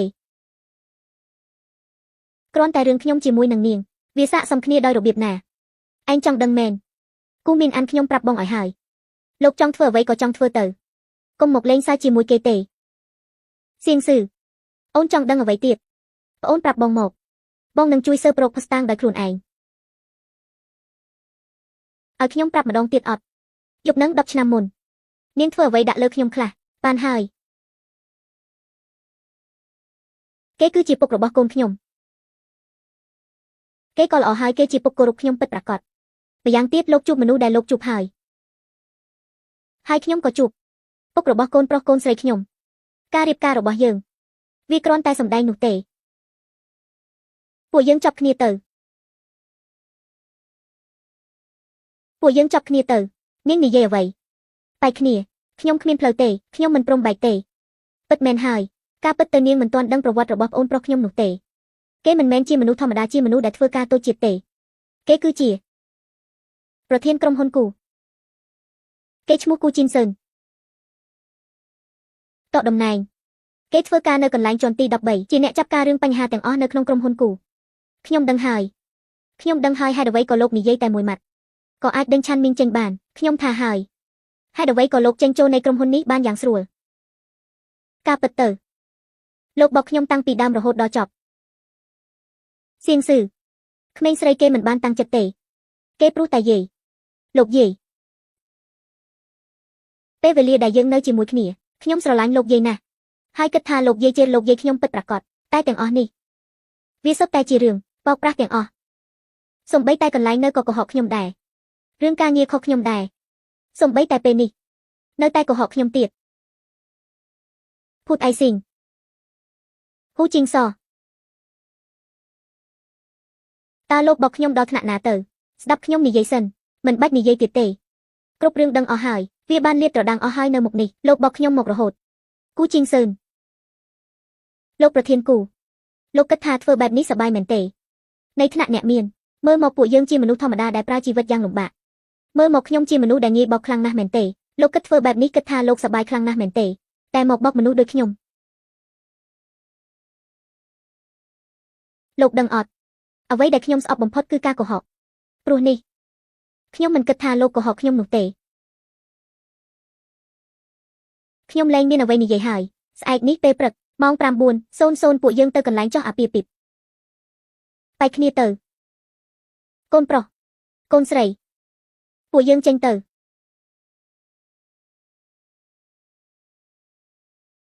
ចៅស្រីចៅទួតប្រុសចៅទួតស្រីត្រកូលគូរបស់ខ្ញុំហេតុអ្វីក៏ធ្វើបែបនេះវិញប្អូនប្រុសតាំងតែខ្ញុំធំឡើងខ្ញុំមិនដែលឈ្នះឯងទេតែម្ដងនេះទីបំផុតខ្ញុំបានឈ្នះឯងហើយលោកយាយមិនបាច់ពិបាកចិត្តទេលោកយាយស្រឡាញ់គេមកថ្នាក់នេះទោះបីជាប្អូនប្រុសមិនបាននៅជាមួយពួកគេក៏ពិតមែនតែគេជាមនុស្សស្រីរបស់ខ្ញុំទេកូនប្រុសកូនស្រីក៏ជាកូនរបស់ខ្ញុំដែរពួកយើងអាចត្រឡប់មករស់នៅដូចដើមខ្ញុំនឹងធ្វើឲ្យបានល្អមុខលោកយាយពិតមាត់អាកូនអុកតញោកុំគិតថាយាយអត់ដឹងណាឯងចង់បានអ្វីឬក៏ចង់បានក្រុមហ៊ុនទាំងអស់ខ្ញុំមិនលើកឲ្យឯងទេហេតុអ្វី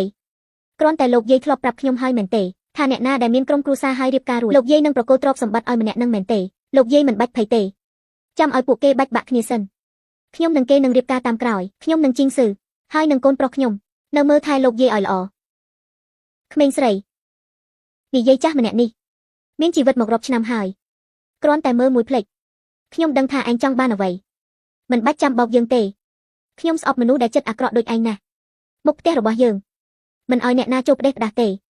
ខ្ញុំមិនឲ្យចូលផ្ទះខ្ញុំទេអាក្មេងម្នាក់នេះក្នុងផ្នែករបស់ខ្ញុំ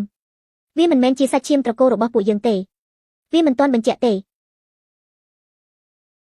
ចៅប្រុសយាយចង់ប្រាប់អ្វីឲ្យដឹងយាយព្រមតែទទួលត្រកូលគូរបស់ពួកយើងទេ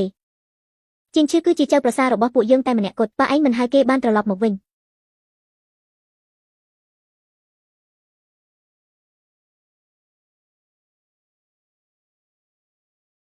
ចៅស្រីឲ្យ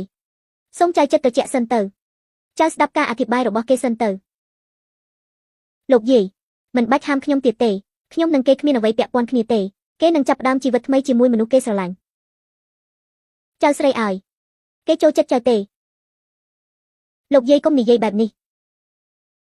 កូនរបស់ខ្ញុំត្រូវហៅគេថាពូបានត្រូវកូនប្រុសរបស់ខ្ញុំគេមិនមែនទេរឿងនេះវាមិនទាន់ច្បាស់កាលទេទីងស៊ឿនគេទៅត្រួតពិនិត្យហើយចៅចាំគេបន្តិចសិនទៅឲ្យឱកាសគេបន្តិចទៅលោកយាយខ្ញុំនឹងលោកប្រុសធំគ្មានអ្វីពាក់ព័ន្ធគ្នាទៀតទេខ្ញុំនឹងជិនស៊ឿនគឺវាមិនអាចទៅរួចទេខ្ញុំសូមនាំកូនប្រុសកូនស្រីខ្ញុំទៅហើយលោកយាយរក្សាសុខភាពផងណាកូនលាលោកយាយសិនទៅលោកយាយចៅឡាហើយមិនចង់ទៅចៅមិនចង់ទៅចោលលោកយាយទេចៅឲ្យចៅវាយប់ខ្លាំងណាស់ហើយមិនបាច់នាំគេទៅទេបើចៅចង់ទៅចាំស្អែកទៅកូនប្រុសកូនស្រីមកនេះម៉ែសួរកូនម្ដងទៀតទៅឬមិនទៅលោកយាយពួកយើងទៅហើយចៅកុំទៅណាម៉ែ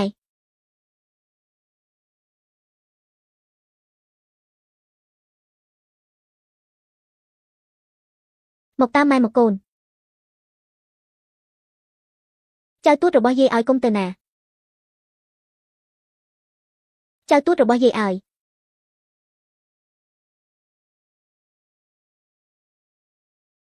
អាចៅកំហូចឯងនៅទីណាឥឡូវនេះប្រញាប់មកផ្ទះវិញមក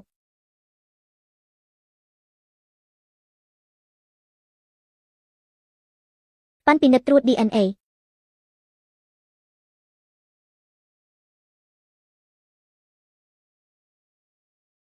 លោកយាយតើសៀងស៊ឺគេទៅទីណាសៀងស៊ីគេនៅទីណានេះគឺជាឯកសារត្រួតពិនិត្យអស់ហើយគេគឺជាកូនរបស់ខ្ញុំយ៉ាងពិតប្រាកដពិតមែនទេចៅល្អខ្លាំងណាស់លោកយាយពេលនេះខ្ញុំគ្មានពេលវេលាអធិប្បាយឲ្យលោកយាយស្ដាប់ទេតើពួកគេនៅទីណាគេទៅមិញទេម៉ែលោកពុកតាមយើងហើយពុករបស់យើងកំពុងតាមពួកយើងហើយកូនប្រុសកូនស្រីទៅគេមិនមែនជាពុករបស់កូនទៀតទេតែកូនត្រូវស្ដាប់ម៉ែទោះកូនប្រុសកូនស្រីអត់មានឪពុកតែម៉ែនឹងចិញ្ចឹមកូនឲ្យបានល្អម៉ែអ្នកបើកឡានសុំបើកឡានឲ្យលឿនបន្តិចទៅ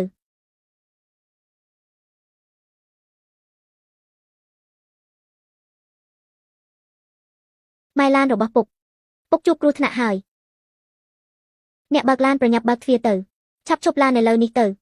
ប្រញាប់ឡើងគូ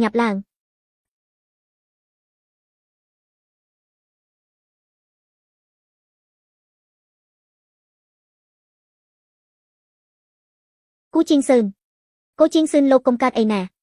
លោកងើបឡើងមកពុករបស់កូនប៉ាកុំកាត់អីណាប៉ាកុំកាត់អីណាប៉ាងើបគេបានត្រួតពិនិត្យអស់ហើយ កូនប្រុសកូនស្រីពីរនាក់នេះគឺជាកូនយ៉ាងពិតប្រាកដរបស់គេលោកយាយថាយ៉ាងម៉េចយកការត្រួតពិនិត្យឲ្យខ្ញុំមកបងថ្លៃប៉ុន្មាន10ឆ្នាំមុនដែលខ្ញុំតាមរកបងមិនឃើញព្រោះតែខ្ញុំកំពុងតែរកភស្តុតាងម្យ៉ាងតាំងតែស្រីចិត្តអាក្រក់នោះគេមកទាន់គេបានត្រួតពិនិត្យរឿងស្រីចិត្តអាក្រក់នោះដឹងអស់ហើយ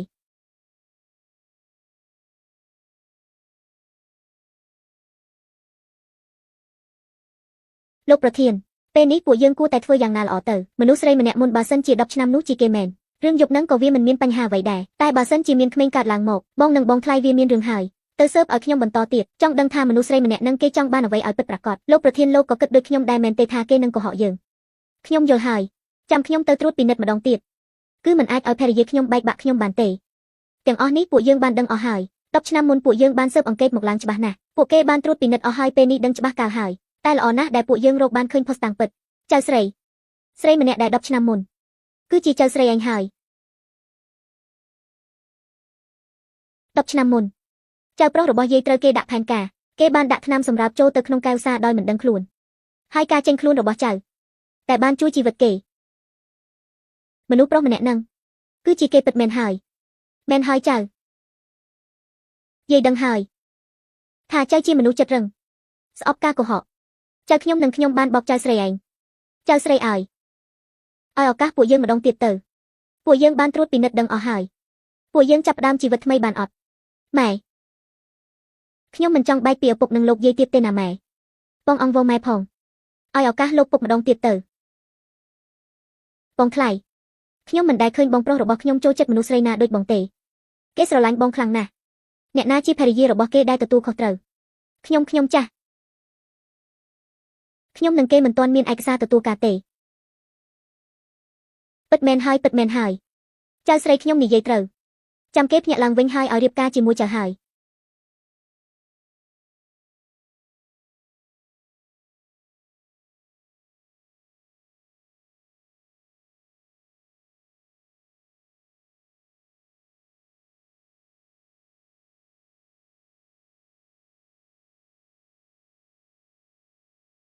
លោកកុំមើលខ្ញុំយូរពេកហូបបាយសិនទៅអត់បានទេខ្ញុំខ្លាចបាត់បង់នាងទៀតខ្លាចនាងរត់ចោលខ្ញុំទៀតខ្ញុំមិនធ្វើបែបនេះទៀតទេខ្ញុំមិនជឿនាងទេមើលត្រង់នេះទៅដូចជាបាត់អ្វីហើយគិតតែខ្លួនឯងនឹងអូនមិនចង់រៀបការជាមួយបងមែនទេ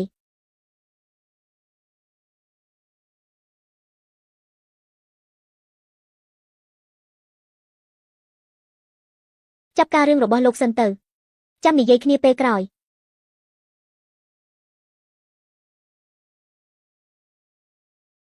គេពិតជាមានខ្លាំងណាស់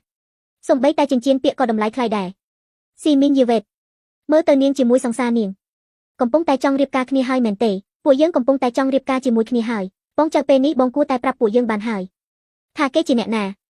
ប្រាប់ពួកយើងទៅប្រាប់បន្តិចទៅបងបែបហ្នឹងក៏បានចាំបងប្រាប់ពួកឯងសង្សាររបស់ខ្ញុំគឺលោកប្រធានមកហើយហេតុអ្វីក៏លោកប្រធានគូស៊ីងមកទីនេះបានមើលទៅគេគ្រាន់តែជាមនុស្សធម្មតាម្នាក់ទេមនុស្សនៃក្រុមហ៊ុនដែលបានជួបលោកមានតិចអ្នកណាស់លោកប្រធានគូសង្ហាណាស់ជីនស៊ឿនលោកមករកខ្ញុំមែនទេបងចែវលោកប្រធានគូគេមិនបានមករកនាងទេឬក៏សង្សាររបស់នាងគឺជាគេមែនទេខ្ញុំមករកនាងពិតមែនពុទ្ធព្រះឲ្យសង្សារនាងជាប្រធានធំជីនស៊ឿនលោកមានដំណឹងល្អចង់ប្រាប់ខ្ញុំមែនថ្ងៃហើយពួកយើងចេញទៅហូបបាយបានអត់យើងធ្វើបែបនេះហូបបណ្ដានិយាយគ្នាបណ្ដាមិនបាច់ហូបបាយជាមួយគ្នាទេប្តីរបស់ខ្ញុំទេត្រូវនៅជាមួយខ្ញុំនិងកូនរបស់ខ្ញុំហើយពួកយើងធ្វើឲ្យវាចប់ទៅល្អជាងបងពួកយើងប្រាប់គេឲ្យដឹងទាំងអស់ទៅបងជីងស៊ឿនគ្រាន់លោកធ្លាប់សន្យាហើយមែនទេហើយនឹងបែកពីគេនេះពិតជាល្អខ្លាំងណាស់មនុស្សប្រុសដូចជាខ្ញុំចូលចិត្តណាស់ពេលយប់ជាង2ថ្ងៃទៅទៀតបងកុំនិយាយឆ្លើយបែបនេះបើអូនមិនជឿយប់នេះបងនឹងឲ្យអូនសាកតែម្ដងលោកប្រធានគូមិនមែនជាសង្សារមីងយេវេតមែនទេហេតុអ្វីស្និទ្ធដល់គូជាងស៊ីដល់ថ្នាក់នេះហើយថែមហៅគេប្រពន្ធទៀតយកចេញមកចោះរឿងអ្វី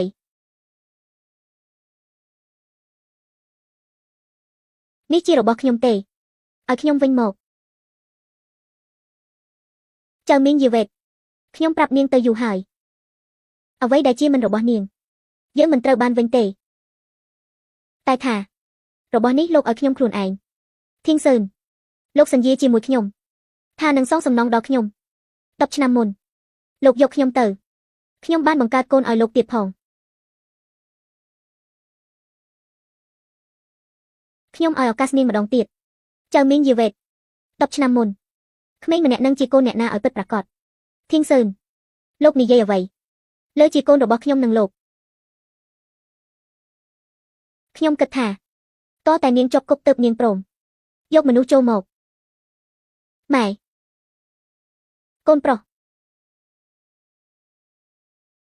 កុំមកប៉ះពាល់នឹងកូនរបស់ខ្ញុំមិនមែនទេគេមិនមែនជាពុករបស់កូនទេកុំហៅគេបែបនេះអីគេនោះទេជាពុករបស់កូនហៅគេទៅប្រញាប់ហៅគេពុកទៅ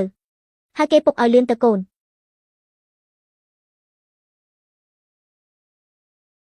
កុំយំឯងស្គាល់តែពាក្យយំម៉ែចិញ្ចឹមឯងមកមានប្រយោជន៍អ្វីទៅជីងសឺនមើលទៅកូនរបស់លោកនៅមុខលោកហើយគេកំសត់ណាស់លោកក៏មិនត្រូវឲ្យកូនលំបាកដល់ថ្នាក់នេះមែនទេរៀបការជាមួយខ្ញុំបានអត់ឲ្យកូនប្រុសយើងមានគ្រួសារជុំគ្នាចៅមីងយីវេតនាងជាប់ឈ្មោះថាចូលចិត្តលួចរបស់ក្រុមហ៊ុនហើយនឹងធ្វើបាបក្រុមហ៊ុនទាំងអស់ចាប់តាំងតែពីថ្ងៃនេះខ្ញុំនឹងដកឈ្មោះនាងចេញពីក្រុមហ៊ុននេះហើយទាំងលោកផងខ្ញុំមិនមែនជាភ្នាក់ងារត្រកូលគូទៀតទេពួកលោកគ្មានសិទ្ធិជាមួយខ្ញុំទេគិតថាខ្លួនឯងមិនពាក់ព័ន្ធជាមួយក្រុមហ៊ុនខ្ញុំទៀតហើយមែនទេគិតថាខ្ញុំឈួតហើយមែនទេលួចលុយក្រុមហ៊ុនហើយរួមភេទនៅក្នុងកន្លែងធ្វើការបណ្ដឹងទាំងពីរនេះអាចធ្វើឲ្យលោកជាប់គុកមួយជីវិតយកវាចេញទៅសូមអង្វរខ្ញុំសូមអង្វរខ្ញុំមិនចង់ជាប់គុកទេខ្ញុំសូមអង្វរប្រឡែងខ្ញុំទៅអាណាហ៊ានប៉ះពាល់អញខ្ញុំជាភរិយារបស់ប្រធានក្រុមហ៊ុនកូនប្រុសប្អូនប្រុសមកប្រញាប់ហៅគេពុកទៅប្រឡែងខ្ញុំប្អូនប្រុសដ៏សែនល្អរបស់ខ្ញុំប្អូនកំពុងតែសម្ដែងល្ខោនមែនទេសម្ដែងបានធំដុំម្លឹងផងពេលនេះក្រុមហ៊ុននេះជារបស់ខ្ញុំហើយលោកមកបង្ករឿងនៅក្រុមហ៊ុនខ្ញុំវាមិនស័ក្តិសមប៉ុន្មានទេតំណែងក្រុមហ៊ុននិងកម្មការគ្រាន់តែជាប្រធានគូរហូតមែនទេឬក៏គេបដូរប្រធានហើយមែនទេ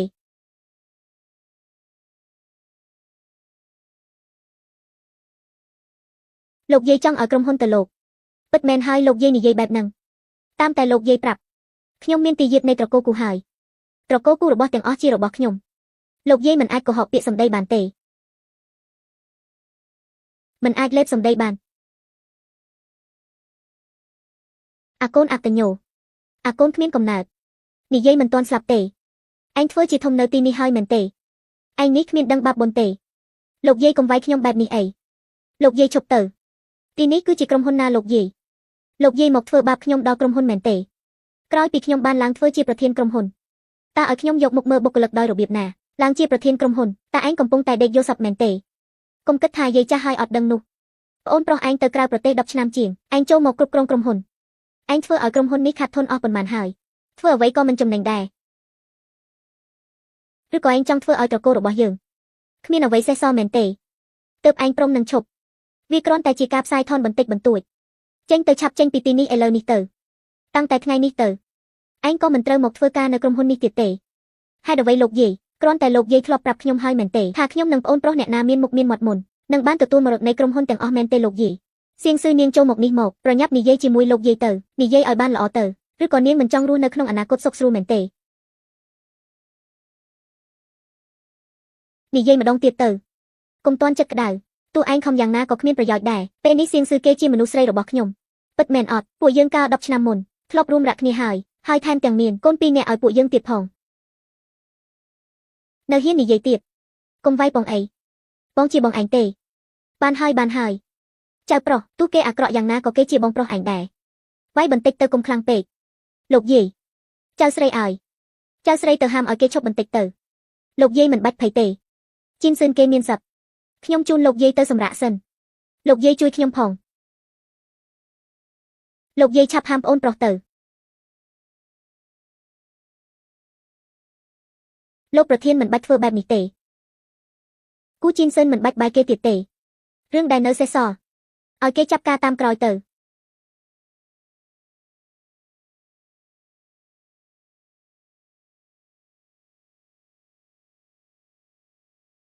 ចៅប្រុសធំរបស់ខ្ញុំត្រូវជិនសិនវាយដល់ថ្នាក់នេះហើយ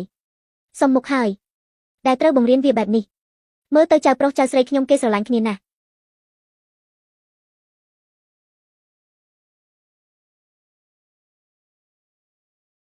លោកគ្រូពេទ្យអាការៈគេយ៉ាងម៉េចហើយស្នាមរបួសចេញពីពោះរបស់លោកប្រុសវាប៉ះពាល់បន្តិចបន្តួចត្រូវសម្រាកនៅបន្ទីពេទ្យមួយរយៈសិនមួយរយៈនេះត្រូវចាំថាកុំឲ្យលោកប្រុសធ្វើអ្វីដែលខ្លាំងចាស់ពួកយើងយល់ហើយពេទ្យនឹងពួកយើងទៅសិនចៅប្រសាមើលថែចៅយាយឲ្យល្អណាស់កុំឲ្យគេឈឺទៀតចាស់លោកយាយ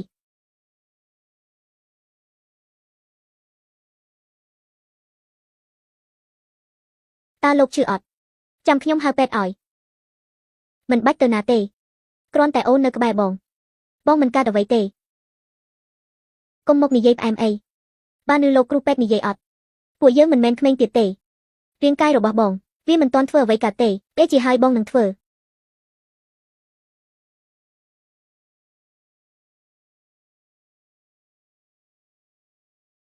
អូនបិទភ្នែកធ្វើអ្វីចង់ឲ្យបងថាប់មែនទេបងស្អប់ណាស់ប្រពន្ធសម្លាញ់រឿងកើតឡើងមកទាំងអស់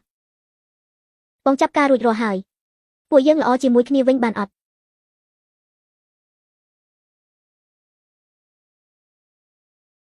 ប្រពន្ធសម្លាញ់ល្អប្រសើរបានចាំបងជាសិនទៅហើយខ្ញុំនឹងមើលកាយវិការរបស់បងប្រពន្ធសម្លាញ់បងសម្រាកសប្បាយចិត្តទៅចាំខ្ញុំមកមើលបងម្ដងទៀតមនុស្សស្រីម្នាក់នេះធ្វើយ៉ាងម៉េចបានគេចិត្តទុនទៅគូហ្វឺយតើយើងគួរយកចិត្តគេយ៉ាងម៉េចទៅឯងទៅជួយខ្ញុំត្រៀមរបស់បន្តិចខ្ញុំនឹងសុំគេរៀបការម្ដងទៀតបងថ្លៃមកហើយតើមានមនុស្សប៉ុន្មាននាក់ដែលសុំគេរៀបការនៅក្នុងមន្ទីរពេទ្យលោកយាយមិនយល់ទេម៉ែខ្ញុំចិត្តទុនណាស់ឃើញពុកមានរបួសគាត់មិនសប្បាយចិត្តទេខ្ញុំគិតថាម្ដងនេះ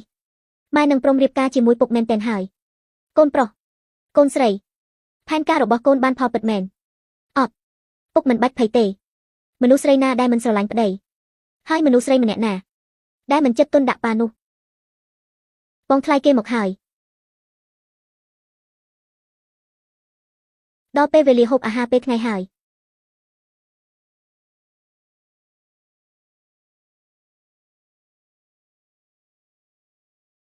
ចូលរួមត្រេកអរបងថ្លៃចៅស្រីចូលមកក្នុងមកប្រញាប់ចូលមកបងមានពាក្យជាច្រើនណាស់ចង់ប្រាប់ទៅអូនតែគ្រាន់ឃើញមុខអូនហើយបងគ្រាន់តែចង់ប្រាប់អូនថាបងស្រឡាញ់អូនណាស់ស្រឡាញ់ខ្លាំងទៀតផងហើយអូនស្រឡាញ់បងអត់ខ្ញុំបានហើយមិនបាច់និយាយអ្វីទៀតទេអូនមិនស្រឡាញ់បងក៏មិនអីដែរព្រោះអីជីវិតយើងនៅវែងឆ្ងាយណាស់ខ្ញុំសង្ឃឹមថាអូននឹងឲ្យឱកាសបងម្ដងទៀតបងនឹងធ្វើឲ្យអូនស្រឡាញ់បងវិញបែបនេះអូនរៀបការជាមួយបងបានអត់ប្រាជ្ញាទទួលទៅម៉ែចៅស្រីឲ្យប្រញាប់ព្រមទៅចៅបងថ្លៃឲ្យប្រញាប់ព្រមទៅបើខ្ញុំប្រាប់ថាវាចៃដន្យណាស់ខ្ញុំក៏ស្រឡាញ់បងដូចគ្នាដែរគូជីនសឺនពួកយើងរៀបការជាមួយនឹងគ្នាអរគុណរាល់ការតាមដានពីភាគ1រហូតទៅដល់ភាគបញ្ចប់ខ្ញុំបាទ Admin VD Team សូមចាំទស្សនារឿងភាគបន្តទៀតសូមអរគុណ